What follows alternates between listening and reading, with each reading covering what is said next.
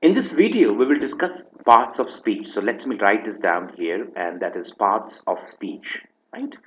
It's a very simple concept, and the reason we must discuss parts of speech before we go to the other areas of grammar is because that gives us a clear picture as to the importance of different parts of the sentences. For example, if we go by parts of speech, then the first one that we often name is the noun, followed by the verb, and then comes the adjective, right? So you have the noun, you have the verb, you have the adjective, then you have the fourth one, which is the adverb, and then comes the conjunction.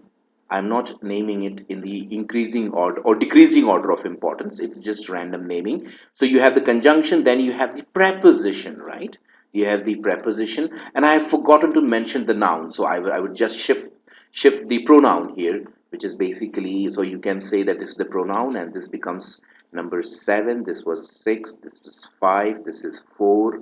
This is 3, and number 2 is pronoun. So you have noun, you have pronoun, you have the verb, the adjective, the adverb, the conjunction, the preposition, and last but not the least is the interjection, right? So these all are, any word in a sentence. Please remember this, that any word in a sentence could be one of these. This is what we mean by parts of speech. So when I say that John is rich, right? It's a very simple sentence. John is rich. So I can say John is a noun, then is the verb, and the word rich is nothing but the adjective, right?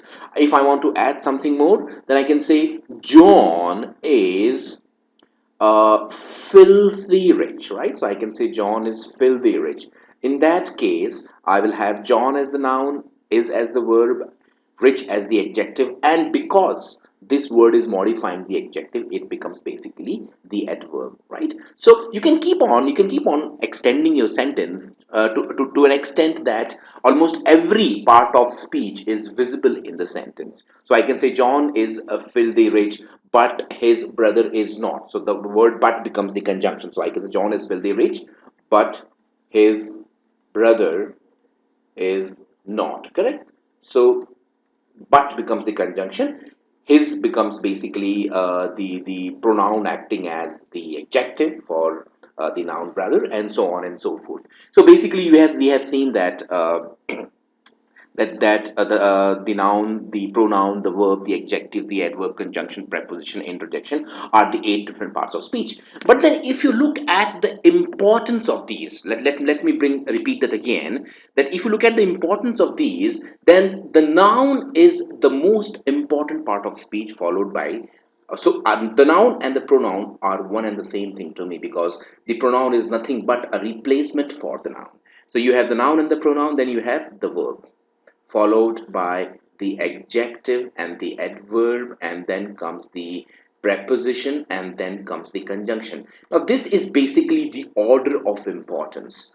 So the most important elements in a sentence are represented by the noun or the noun phrase. We'll come to that later on as to what is a phrase and what is the difference between phrase, word, and clause. But the most important and critical information in a sentence is given by the noun or the pronoun.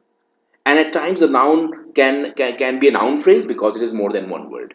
But please remember that the most important information in a sentence is always given to you by the noun phrase, the pronoun, and the verb. So these two are the most important. In fact, I would say they are the heaviest element in a sentence. So when I say John is rich, John is very heavy. The word it is also very heavy, right? And then the adjectives, the adverbs, followed by the prepositions and conjunction, these are lighter. So the key information in the sentence is not carried by the conjunction or the preposition or the adjective and the adverb, but basically by the noun and the pronoun and the verb. These three are very important, right? So from aptitude perspective, it is not necessary for you to keep in mind every minute information about what is noun, the different types of noun, and so on and so forth.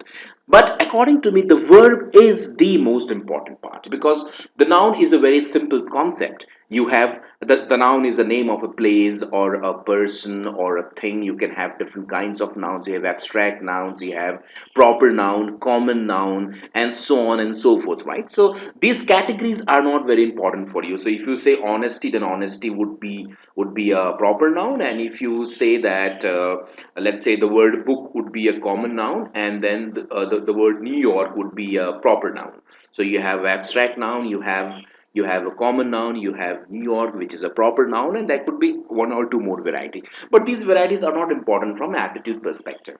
The verb is very important from the aptitude perspective, and this we must basically learn extensively, because we often get confused with the verb as to what exactly is the verb in the sentence. And unless and until the verb is not clear to the student, he would not be able to basically get the core information of the sentence. And therefore, we will discuss the verb in great detail in the subsequent videos. The adjective definition is very simple. It simply modifies a noun. That's it.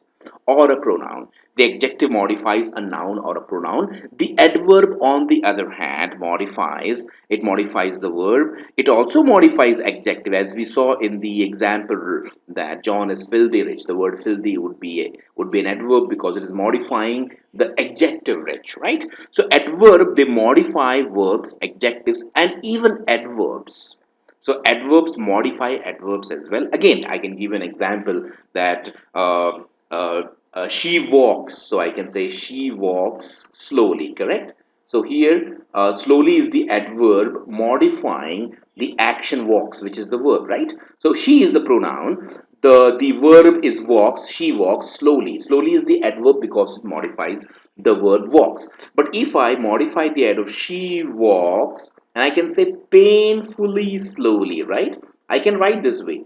She walks painfully slowly. So she is the pronoun and walks is the verb, and she walks slowly. So slowly is modifying the verb walks, and this painfully is further modifying how slowly she is. So this becomes basically the adverb modifying an adverb, right? So adverb has a greater scope and role. It modifies the verb, it modifies the adjective, sometimes it modifies the adverb as well, right? Conjunction does the job of joining two words or two phrases or two clauses, right? It just does the job of joining. Preposition, on the other hand, expresses some sort of relationship, right?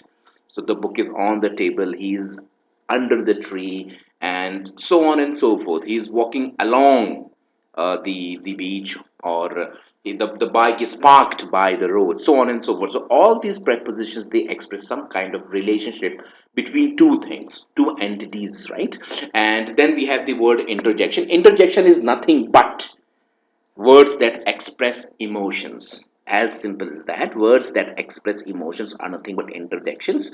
So you might express something, and that expression itself might carry some kind of emotional symbol or emotional expression, and it is often followed by the exclamation mark. The interjections are not at all important from aptitude perspective. The prepositions are important. You must know a bit about these prepositions. The conjunctions, yes, they are important because the concept of parallel construction is very much determined by the conjunction. And then we have the adverb. So basically we have discussed almost all the different parts of speech. I said already that the noun is just the name of a place, person, or thing, and we should not go to the depth of these concepts. We'll discuss the verb extensively in our subsequent videos.